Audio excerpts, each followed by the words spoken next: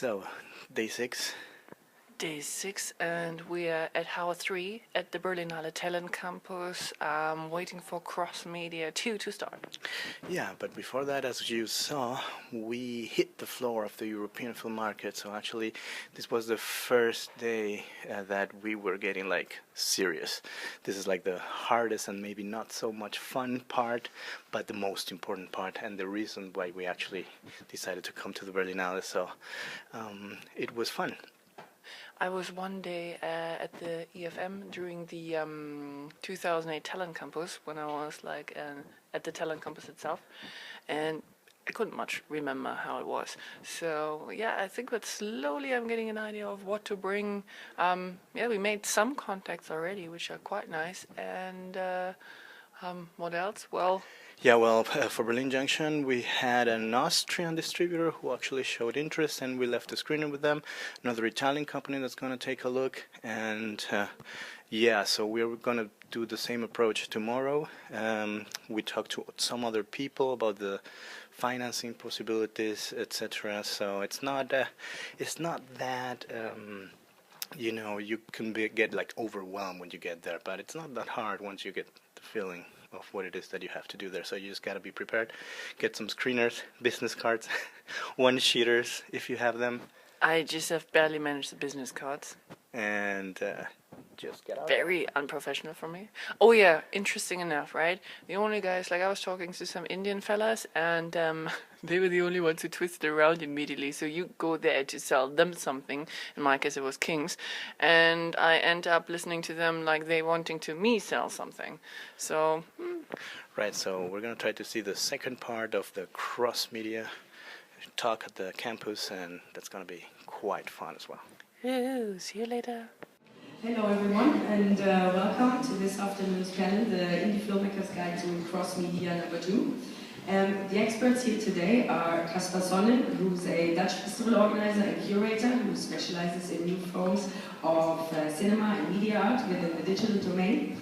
On the other side, we have Peter de Maegd, who's an independent film producer focusing on converging media, who founded the production company Potenkino in 2004. And the moderator, you might remember from last time, Tishna Moller, who's the COO of company Power to the Pixel and producer of her own projects through Bandit HQ, who will now give a proper introduction and moderate this panel. Enjoy. We are in front of How 3. This is one of the locations the Berlinale Talent Campus takes place, and we just came out of crossmedia 2. And I think I saw the first guy, Caspar Sonnen, before. Some of the project I knew, but I actually liked very much the second project. Yeah, today was more case studies, which is really interesting. The Spiral was one of the projects they presented.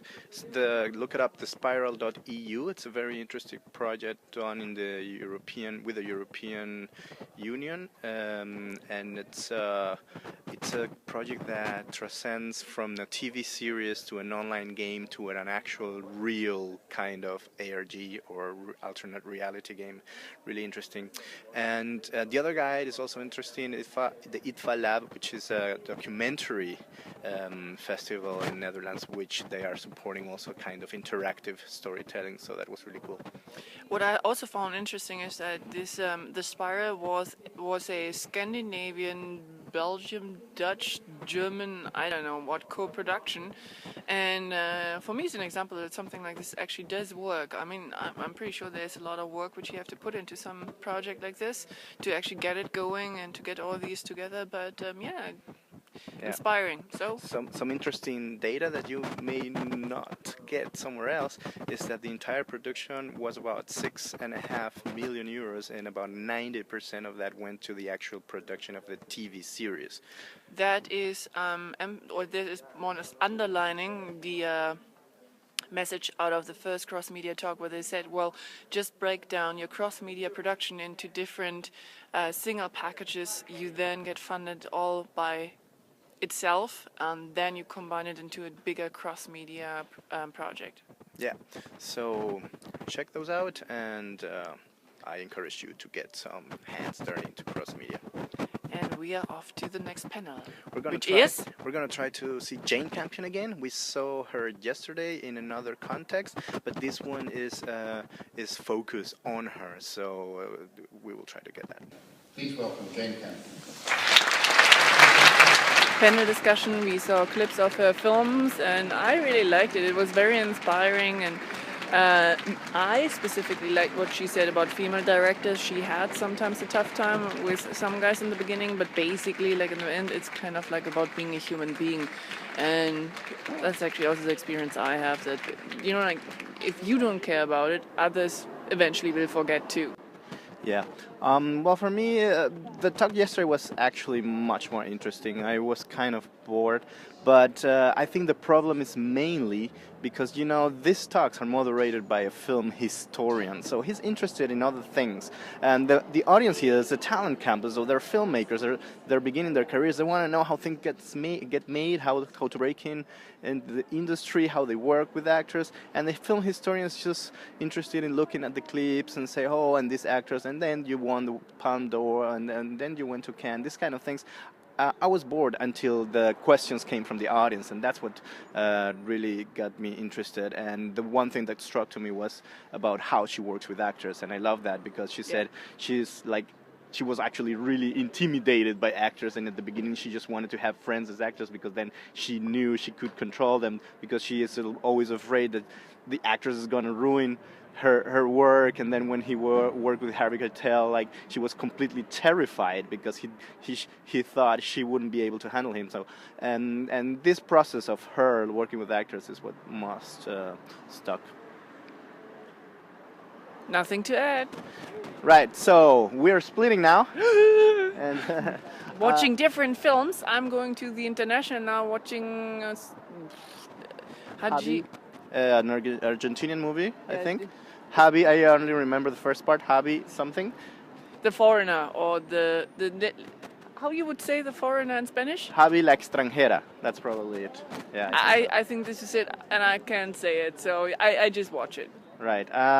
For me, I'm gonna watch Before Midnight, which I'm really looking forward to. I'm a huge fan of Richard Linklater, and I loved Before Sunset, and I also liked a lot Before. I loved Before Sunrise, and I really liked a lot Before Sunset. So this is the third one of the trilogy with Julie Delpy and Jude Law, Before Midnight. So let's see how that goes.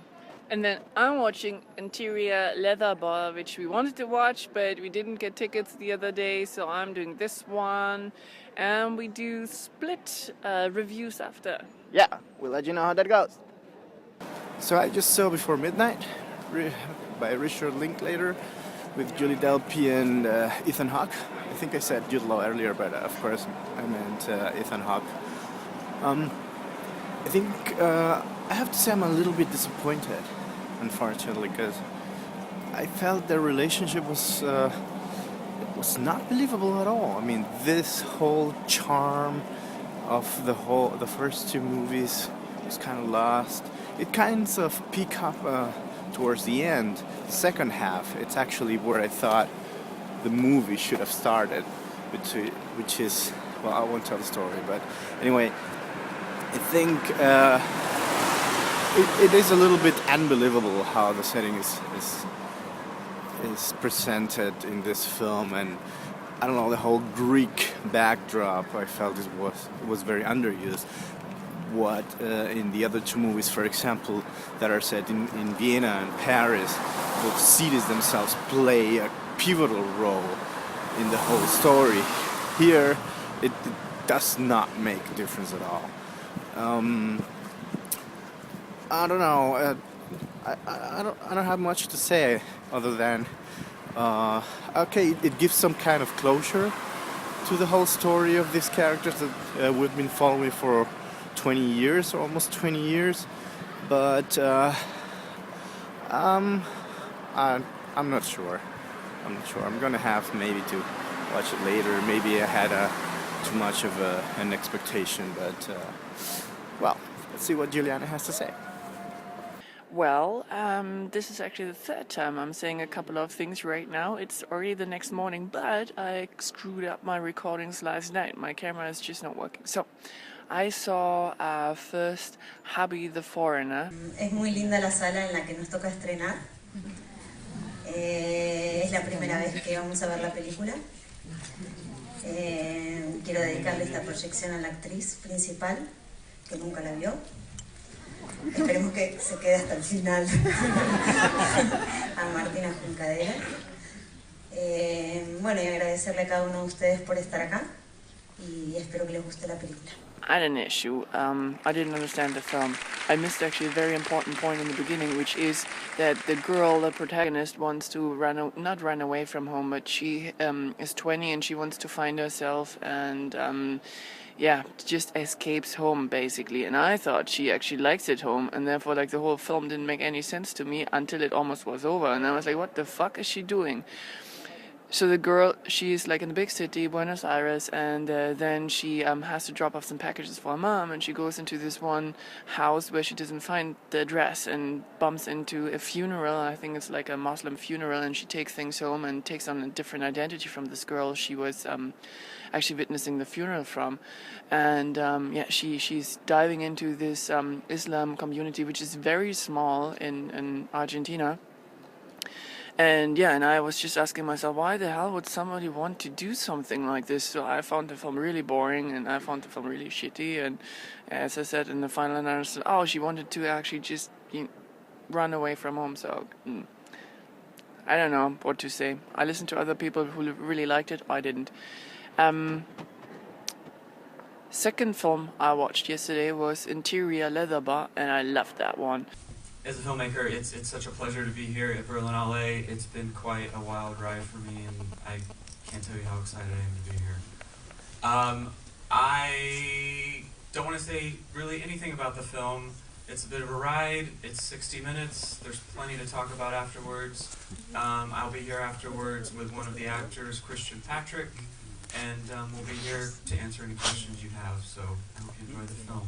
And I'm also happy that it seemed like at least a good, healthy portion of you had seen Cruising. So you don't have to have seen Cruising to get or understand or appreciate the film, but I think it will add, obviously, a different sort of texture to your experience. So thanks for coming.